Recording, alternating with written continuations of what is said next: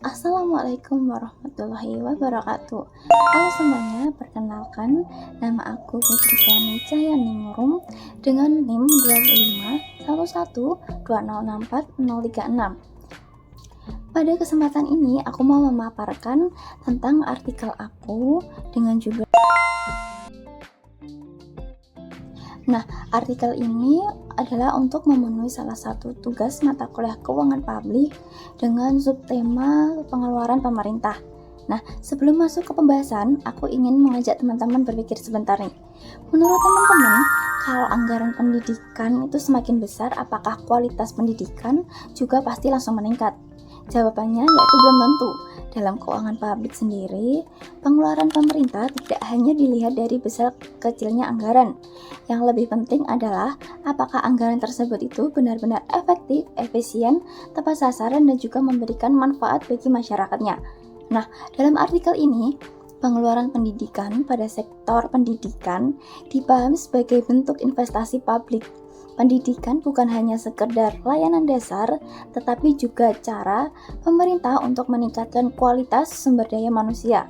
Jika SDM meningkat, maka produktivitas, peluang kerja, serta pendapatan dan kesejahteraan masyarakat itu juga bisa ikut meningkat. Nah, di Indonesia sendiri, pendidikan itu menjadi salah satu prioritas dalam pengeluaran negara. Pemerintah itu mengalokasikan anggaran pendidikan minimal 20% dari APBN. Nah, dalam artikel yang telah aku buat itu disebutkan bahwa anggaran pendidikan itu terus meningkat. Seperti pada tahun 2021, anggaran pendidikan itu sebesar 479,6 triliun. Lalu pada tahun 2025 itu meningkat menjadi 724,3 triliun. Bahkan pada RAPBN 2026, anggaran pendidikan itu direncanakan bisa mencapai 757,8 triliun. Nah, dari data tersebut terlihat bahwa pengeluaran pemerintah untuk pendidikan itu memang besar, tapi dalam keuangan publik anggaran besar itu belum tentu cukup. Nah, kita itu juga perlu melihat hasilnya. Pertanyaannya nih, apakah anggaran itu berhasil memperluas akses pendidikan? Apakah kualitas guru meningkat? Apakah fasilitas sekolah membaik? Lalu yang terakhir itu apakah siswa yang dari kalangan kurang mampu itu apakah benar-benar terbantu dari anggaran pemerintah ini?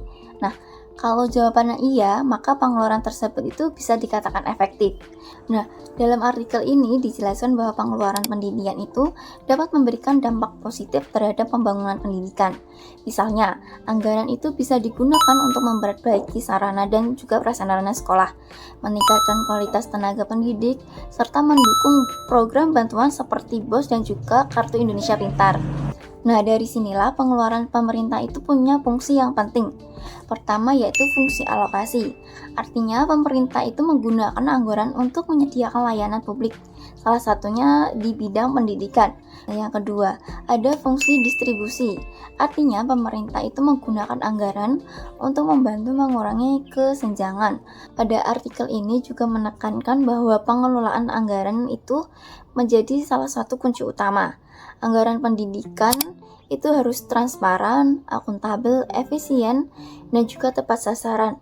Kalau pengelolaannya itu lama, maka anggaran yang besar itu tidak akan menghasilkan dampak yang maksimal. Nah, keuangan publik hari ini itu berkaitan dengan prinsip value for money. Maksudnya, setiap rupiah itu yang dikeluarkan, negara harus menghasilkan manfaat yang nyata. Prinsip ini itu mencakup 3 hal. Yang pertama itu ada di ekonomis, yaitu anggaran yang digunakan dengan biaya yang wajar. Yang kedua efisien, yaitu dana yang digunakan bisa menghasilkan output yang maksimal. Dan yang ketiga efektif, yaitu program yang dibiayai itu benar-benar bisa mencapai tujuan awal. Jadi menurut aku, keberhasilan pengeluaran pemerintah itu tidak cukup dilihat dari anggaran yang habis digunakan. Keberhasilan juga harus dilihat dari dampaknya. Misalnya kalau anggaran pendidikan itu terserap 100%, tetapi fasilitas sekolah tetap buruk dan juga siswa yang kurang mampu itu masih kesulitan untuk memiliki akses ke sekolah, maka program tersebut itu dinyatakan belum berhasil secara sepenuhnya. Dalam artikel ini, kesejahteraan masyarakat itu diukur melalui Indeks Pembangunan Manusia atau IPM. Dalam artikel menunjukkan bahwa IPM Indonesia itu meningkat dari 73,16 pada tahun 2021 menjadi 75,90 pada tahun 2025. Kenaikan ini itu menunjukkan bahwa adanya perbaikan kualitas hidup dari masyarakat, terutama dalam aspek pendidikan, kesehatan, dan juga standar hidup yang layak. Jadi alurnya bisa dipahami secara sederhana nih. Pemerintah itu mengeluarkan anggaran untuk pendidikan. Anggaran itu digunakan untuk sekolah, guru, fasilitas, dan juga bangunan pendidikan. Jika dikelola dengan baik, penggunaan pendidikan itu meningkat. Lalu kualitas SDM juga meningkat. Lalu pada akhirnya kesejahteraan masyarakat ikut membaik. Pengeluaran pemerintah itu pada sektor pendidikan memiliki peran yang penting dalam keuangan publik. Pengeluaran ini itu bukan hanya tentang anggaran belanja negara, tetapi juga investasi untuk meningkatkan kualitas manusia di Indonesia. Namun, anggaran besar saja tidak cukup.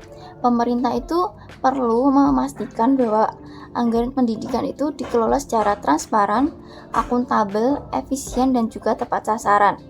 Oke, segini aja dari aku. Terima kasih atas atensi dari teman-teman semua. Wassalamualaikum warahmatullahi wabarakatuh.